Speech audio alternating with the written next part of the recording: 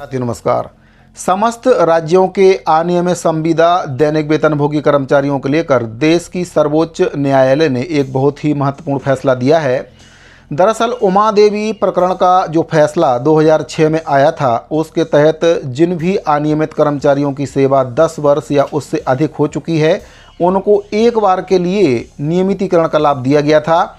लेकिन उसके बाद भी राज्य सरकारों के द्वारा कर्मचारियों की जो नियुक्ति है अनियमित के तौर पर की गई और वे तब से लेकर आज तक अनियमित हैं।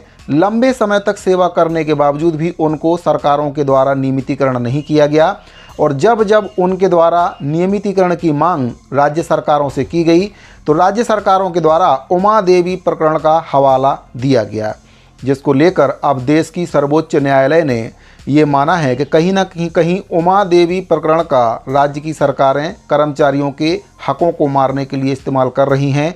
जो नियमितीकरण की प्रक्रिया है, उनकी जायज़ मांगों को लेकर जो राज्य सरकारें हैं उमा देवी प्रकरण की आड़ में उनकी मांगों को कहीं ना कहीं पूरा नहीं कर रही हैं। अब इसी को लेकर देश की सर्वोच्च अदालत ने एक बहुत ही अच्छा फैसला संविदा अनियमित और दैनिक वेतनभोगी कर्मचारी या ऐसे कर्मचारी जो किसी न किसी रूप में अनियमित के तौर पर बरसों से अपनी सेवाएं विभागों में दे रहे हैं, उनके लिए एक बहुत ही महत्वपूर्ण आदेश देश की सर्वोच्च अदालत ने दिया है। तो क्या है वह फैसला और पूरी जानकारी आपको इस वीडियो के माध्यम से देने वाला हूं। आपसे निवेदन है कि पहली बार अगर आप चैनल पर विजिट कर रहे हैं तो चैनल को सब्सक्राइब जरूर करें, साथ ही बेल आइकन को प्रेस करना ना भूलें, उसको ऑल पर सेट कर लें, जिससे आपको हमारे द्वारा बनाए गए सभी नए वीडियो के नोटिफिकेशन लगातार मिलते रहें। तो साथियों, दरअसल उमा देवी प्रकरण के तहत जिन कर्मचारियों का नियमितीकरण हुआ था, 10 वर्ष की सेवा पूरी कर चुके जो कर्मचारी हैं उनका नियमितीकरण एक बार के लिए किया गया था और उस आदेश में ये भी कहा गया था कि अब सरकारें कर्मचारियों को अनियमित के तौर पर ना रखें।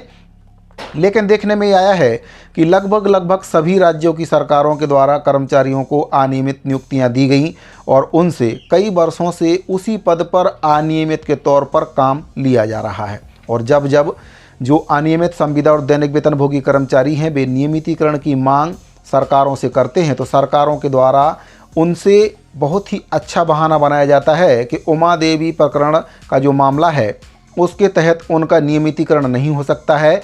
उस प्रकरण के तहत केवल एक बार के लिए नियमितीकरण की जो प्रक्रिया है वह की गई थी और अब उनका नियमितीकरण नहीं हो सकता है, क्योंकि इसमें उमा देवी प्रकरण एक बहुत ही बड़ी बाधा है।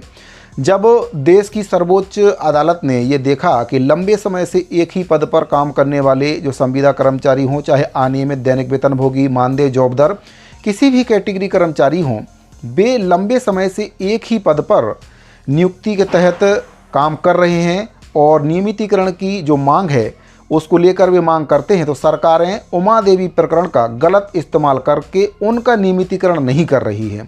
अब इसी को लेकर देश की सर्वोच्च अदालत ने एक बहुत ही अच्छा फैसला दिया है।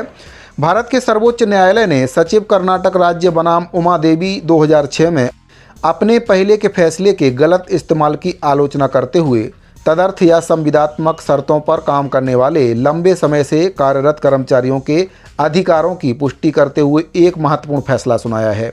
न्यायमूर्ति विक्रम नाथ और न्यायमूर्ति प्रसन्ना बी बराले की पीठ ने जग्गो और अन्य बनाम भारत संघ एवं अन्य सिविल अपील संख्या वर्ष 2024 में अपील को स्वीकार कर लिया है, जिसमें केंद्रीय जल आयोग CWC के कर्मचारियों को बहाल करने और उनके नियमितीकरण का निर्देश दिया गया। न्यायालय ने पाया कि उमा देवी एक ऐतिहासिक फैसला है जो पिछले दरवाजे से नियुक्तियों को रोकने के लिए बनाया गया था। इसका इस्तेमाल लंबे समय से आवश्यक भूमिकाओं में लगे कर्मचारियों के नियमितीकरण के उचित दावों को नकारने के लिए किया जा रहा था। अपीलकर्ता श्रीमती जग्गो और 3 अन्य ने 1 दशक से लेकर लगभग 2 दशकों तक CWC में सेवा की थी। शुरू में अंशकालिक और तदर्थ शर्तों पर नियुक्ति किए गए उनकी भूमिकाओं में झाड़ू लगाना, धूल झाड़ना, बागवानी करना, CWC के दिन प्रतिदिन के कामकाजों के लिए आवश्यक अन्य रखरखाव कार्य शामिल थे। 2018 में केंद्रीय प्रशासनिक न्यायाधिकरण कैट के द्वारा नियमितीकरण के लिए उनकी याचिका को खारिज करने के बाद उनकी सेवाओं को अचानक समाप्त कर दिया था। दिल्ली हाईकोर्ट ने उनकी नियुक्ति की संविदात्मक प्रकृति और उमा देवी पर निर्भरता का हवाला देते हुए इस बर्खास्तगी को बरकरार रखा। राहत से वंचित श्रमिकों ने इस निर्णय को चुनौती देने के लिए सर्वोच्च न्यायालय का रुख किया। उमा देवी फैसले का गलत इस्तेमाल किया जा रहा था। मुख्य तर्क उमा देवी फैसले की गलत व्याख्या के इर्द गिर्द घूमता रहा। न्यायालय ने दोहराया कि निर्णय का उद्देश्य पिछले दरवाजे से अवैध नियुक्तियों को रोकना था, न कि आवश्यक कार्य में लगे हुए लंबे समय से सेवारत कर्मचारियों का नियमितीकरण से उनको वंचित करना। यानी कि जो कर्मचारी नियमितीकरण के लिए पात्र हैं उनका नियमितीकरण रोकना इस आदेश का मकसद नहीं था उमा देवी प्रकरण का, बल्कि बैकडोर एंट्री को रोकना इसका मकसद था। लेकिन सरकारों के द्वारा इसकी गलत व्याख्या की गई। नियुक्ति और कर्तव्यों की प्रकृति के बारे में भी इसमें बताया गया। न्यायालय ने प्रतिवादी के इस दावे को खारिज कर दिया कि अपीलकर्ताओं की भूमिकाएं अंशकालिक और आकस्मिक थीं। न्यायमूर्ति नाथ ने कहा कि लंबे समय तक प्रतिदिन किए जाने वाले सफाई, धूल झाड़ना, रखरखाव के कार्य ना तो छिटपुट हैं और ना ही तदर्थ। वे किसी भी कार्यालय के कामकाज के लिए अपरिहार्य हैं और नियमित पदों के समान हैं। अपीलकर्ताओं को जारी किए गए समाप्ति पत्रों में पूर्व सूचना या स्पष्टीकरण का अभाव था, जो प्राकृतिक न्याय के सिद्धांतों का उल्लंघन करता है। न्यायालय ने इस पर जोर दिया, यहाँ तक कि संविदा कर्मचारियों को भी उनके खिलाफ प्रतिकूल कार्रवाई किए जाने से पहले निष्पक्ष सुनवाई का अधिकार है, खासकर जब उनके पास दशकों तक बेदाग सेवा का रिकॉर्ड है। तो साथियों, जो उमा देवी प्रकरण है उसमें बैकडोर एंट्री रोकने को लेकर निर्देश दिए गए थे, ना कि लंबे समय से अनियमित संविदा और दैनिक वेतनभोगी पदों पर काम करने वाले जो कर्मचारी हैं उनके नियमितीकरण पर रोक लगाने को लेकर। लेकिन राज्य सरकारों ने इसकी गलत व्याख्या की।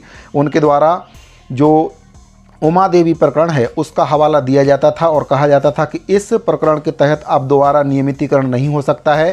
केवल एक बार के लिए ये नियमितीकरण की जो प्रक्रिया है वह की गई थी और अब जो अनियमित कर्मचारी हैं उनको नियमित नहीं किया जा सकता है। तो देश की सर्वोच्च अदालत ने इसको स्पष्ट कर दिया है कि जो कर्मचारी हैं एक ही पद पर लंबे समय से लगे हुए हैं और वे बेदाग हैं, किसी भी प्रकार का प्रकरण उनके विरुद्ध दर्ज नहीं किया गया है, तो वे नियमितीकरण के पात्र हैं। इसमें उमा देवी प्रकरण किसी प्रकार की बाधा उत्पन्न नहीं करेगा। उमा देवी प्रकरण का मतलब था कि बैकडोर एंट्रियों को रोकना, लेकिन सरकारें इसको करने में कहीं ना कहीं असफल रहीं और उनके द्वारा जो लंबे समय से अनियमित संविदा और दैनिक वेतनभोगी पदों पर काम कर रहे कर्मचारी थे उनके नियमितीकरण पर रोक लगा दी, जिसको अब देश की सर्वोच्च अदालत ने गलत माना है और इसकी आलोचना भी की है। तो अब संपूर्ण राज्यों के अनियमित संविदा और दैनिक वेतनभोगी कर्मचारियों को लेकर देश की सर्वोच्च अदालत ने उमा देवी प्रकरण को गलत व्याख्या करने पर आलोचना व्यक्त की है। अब राज्य सरकारों को चाहिए कि जो लंबे समय से एक ही पद पर बिना किसी कानूनी प्रकरण के और बिना किसी बाधा के अपनी सेवा पूरी कर रहे हैं उन कर्मचारियों का राज्य सरकारें नियमितीकरण करें और उनको वे सभी लाभ दें जो एक नियमित कर्मचारी को दिए जाते हैं। तो साथियों, अनियमित संविदा और दैनिक वेतनभोगी कर्मचारियों से संबंधित ये बहुत ही महत्वपूर्ण जानकारी प्राप्त हो रही थी। अगर जानकारी आपको अच्छी लगी हो तो वीडियो को लाइक जरूर करें, साथ ही अपने साथियों को शेयर करना ना भूलें। इस वीडियो फिलहाल इतना ही, मिलते हैं अगली वीडियो में। धन्यवाद।